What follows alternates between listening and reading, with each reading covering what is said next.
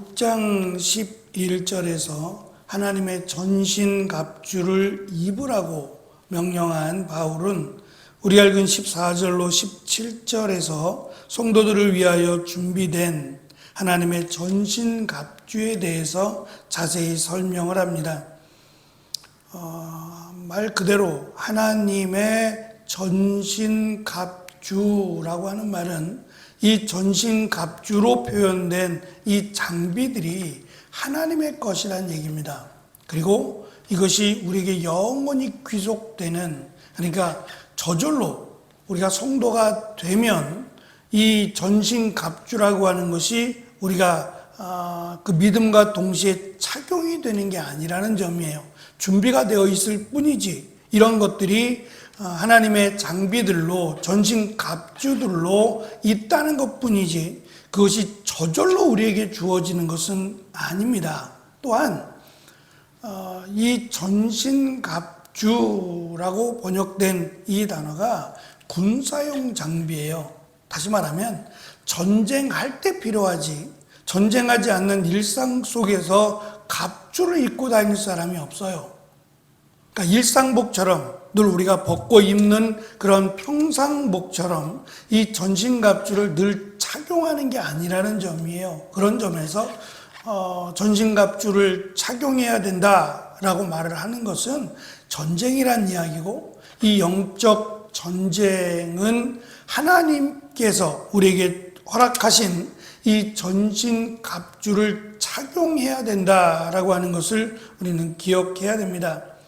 6가지의 장비들을 설명을 합니다. 먼저는 진리의 띠, 두 번째 의의 흉배, 세 번째 평화의 복음의 신발, 네 번째 믿음의 방패, 다섯 번째 구원의 투구, 여섯 번째 성령의 칼, 즉 하나님의 말씀이라고 소개하고 있습니다.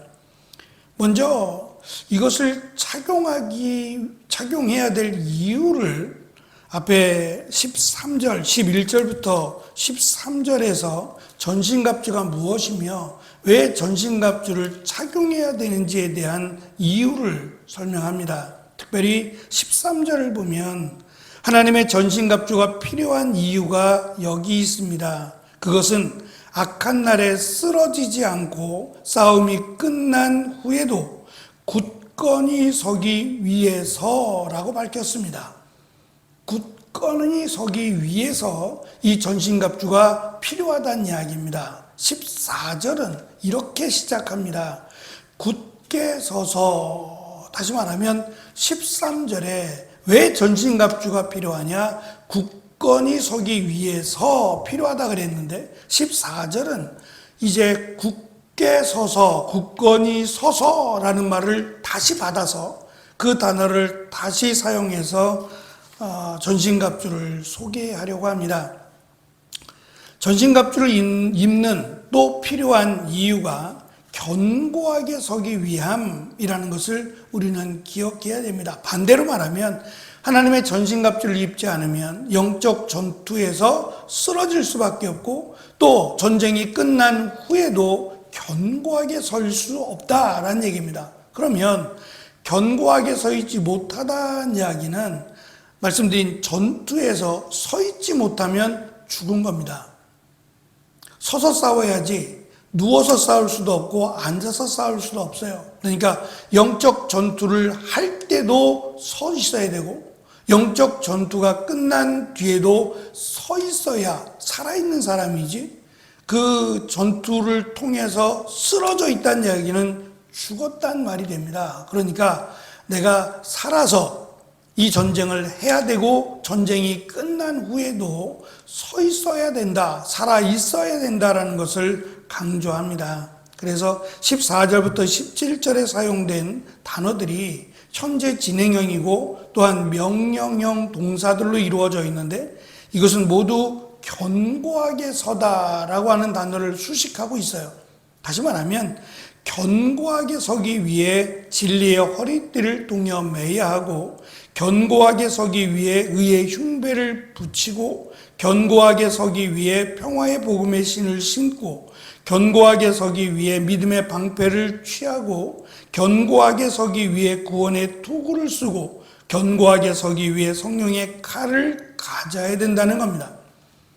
문제는 이 전신갑주라고 설명하고 있는 이 장비들이 말씀드린 전투용, 전쟁용 장비들인데 상당히 무거워요.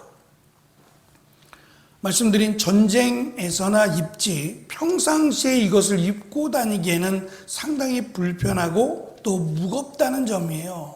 그러니까 이것을 왜 말씀하고 있을까?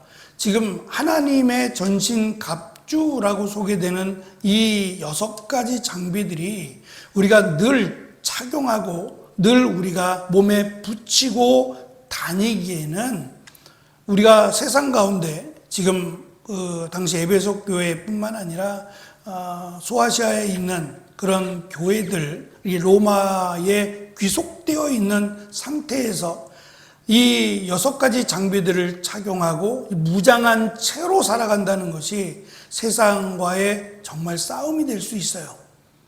말씀드린 이 6가지는 다 하나님의 속성과 또 하나님의 성품과 관련이 되어 있는 것들입니다. 그러니까 나는 그리스도인이요, 당신들은 하나님을 대적하는 사람이라고 하는 자세로 살아간다는 것은 전쟁을 할 수밖에 없는, 그러니까 상당히 힘들고 이 땅에서 어려운 삶이 될 것이다 라고 하는 점을 강조하는 여러 가지 의미를 담은 그러한 내용이라고 보면 좋겠습니다. 하나님의 전신갑주를 구성하는 6가지 장비들은 모두 착용한 후에, 그래서 각각 중복되지 않은 각각의 필요한 부분들의 6가지, 머리에서부터 발끝까지 이 장비들을 착용해야 영적 전투에서 흔들리지 않고 견고하게 서 있을 수 있다는 점이에요. 그러니까 6가지라고 하는 장비들의 5가지만 하고 1가지가 빠지거나 2가지만 하고 4가지가 빠지거나 이렇게 되면 전쟁에서 사실은 위험하죠. 이 빠진 부분들로 인해서 생명의 위협을 느낄 수 있어요. 그래서 불편하지만 생명을 보존하기 위해서, 전쟁을 잘 치르기 위해서 이 6가지가 다 필요한 것처럼 영적 전투라고 할 수 있는 이 사탄과 또는 악한 세력과의 싸움에서 이 6가지를 다 점검하고 다 제대로 착용하고 있어야 견고하게 서 있을 수 있다라고 하는 것을 우리에게 강조합니다. 그 예로 16절은 악한 자들의 불화살의 공격을 설명합니다. 그냥 화살도 아니고 불이 달려있는 화살이에요. 그러면 이 화살을 피하려면 몸으로 피하는 것만으로는 안 됩니다. 그래서 믿음의 방패라고 하는 것을 설명하는데 이 방패가 나무로 되면 안 돼요. 그러면 불이 달리는 화살을 어떻게 막아야 되겠어요? 화살 한 발만 막아도 그 방패는 쓸모 없어집니다.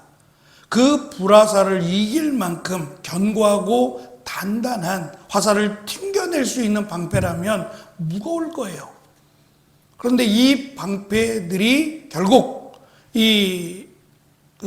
대항하는 싸워야 될 적들에게 맞춰진 장비들이에요.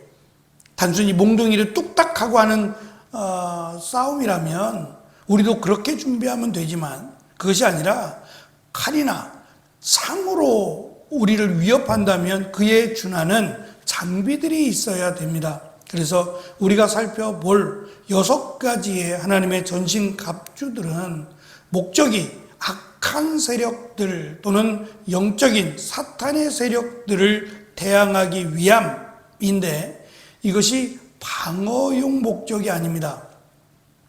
이 6가지의 장비들은 공격용이에요. 물론 방어도 하지만 적극적으로는 방어만이 아니라 공격하기 위한 장비들이다라고 하는 점도 우리가 기억을 해야 됩니다. 먼저 첫 번째 장비에 해당하는 진리의 허리띠라고 설명되는 장비입니다. 진리로 허리를 동여매야 된다라고 설명을 했습니다. 과거 로마 병사들의 군복은 큰 원피스 형태였어요. 통으로 된 거죠. 통으로 돼서 앞에를 씌우고 뒤에서 묶는 겁니다. 가죽끈으로 묶는 건데 이게 통으로 되어 있다 보니까 움직임이 불편해요. 무겁기도 하지만 이게 가운데 허리를 동여매지 않으면 위아래가 붙어 있어서 움직임이 불편할 뿐만 아니라 또 가운데 있는 군용 전투용 허리띠는 그냥 이 옷을 붙잡아주는 역할만 하는 게 아니라 이 띠에는 칼과 검이 착용될 수 있도록 만들어져 있어요. 그러니까 허리띠가 두껍다는 거예요. 그래서 이 허리를 지탱해주는, 이 몸의 중심을 지탱해주는 이 띠가 있어야 내가 몸을 움직인 뒤에도 크게 몸에 상처를 입지 않게 됩니다. 그래서 의도적으로 이 무거운 장비를 딱 몸에 착용할 수 있도록, 그래서 두꺼운 허리띠를 매게 되는데 이 허리띠에는 말씀드린 칼과 또 이 검이 함께 꽂힐 수 있도록, 그것을 지탱할 수 있도록 만든 특별한 그런 허리띠라고 할 수 있습니다. 근데 이것을 지금 사도 바울은 하나님의 전신갑주의 첫 번째로 설명을 하면서 이 허리띠를 진리라고 설명을 합니다. 은유적인 설명이죠. 우리가 이런 허리띠를 어디서 찾아서 구해서 이렇게 허리에 띠를 띄우는 게 아니라 이거는 상징적인 부분입니다. 진리를 허리띠로 설명해 주고 있어요. 다시 말하면 말씀드린 이 전쟁을 치르다 보면 좀 과격하게 몸을 움직여야 되는데 피하거나 몸을 움직일 때 중심을 잡아주는, 허리의 중심을 잡아주지 않으면 조금 움직이다가 삐끗하면 죽을 수 있어요.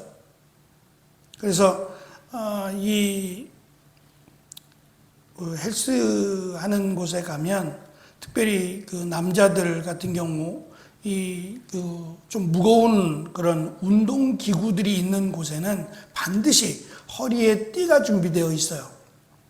그래서 이 허리에 띠를 준비하고 역기를 들거나 무거운 바벨 같은 거 들 때 허리에 띠를 하지 않고 들면 코치들이 와서 뭐라고 합니다.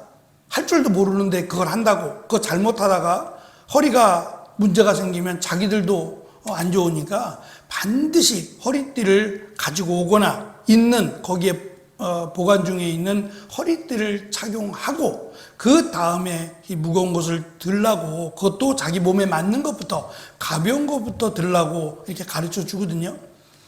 전쟁을 할 때 단순히 그 옷만 입는다 그래서 끝나는 게 아니라 이 몸의 중심을 잡아주는 허리띠를 가장 먼저 지금 설명하고 있습니다. 이것이 진리라고 설명을 하고 있습니다.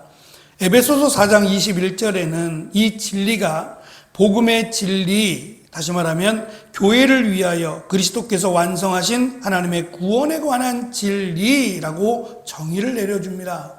이 진리가 우리의 몸의 중심, 우리의 신앙의 중심이 되지 않으면 조금만 다른 내용이 들어와도 휘청거리게 되고 다른 내용의 가르침이 들어오면 쓰러지거나 일어서지 못하는 경우가 발생한다는 겁니다. 그래서 영적 전투를 하려면 또 해야만 하는데 반드시 우리가 이 진리가 되는 복음으로 우리가 세워지고 준비되어 있지 않으면 이런 사탄의 공격이라고 하는 거짓 가르침이 들어왔을 때 그 가르침에 현혹이 되거나 가르침의 동화가 되어서 쓰러지게 된다라고 하는 것을 가장 먼저 우리에게 강조하고 있습니다.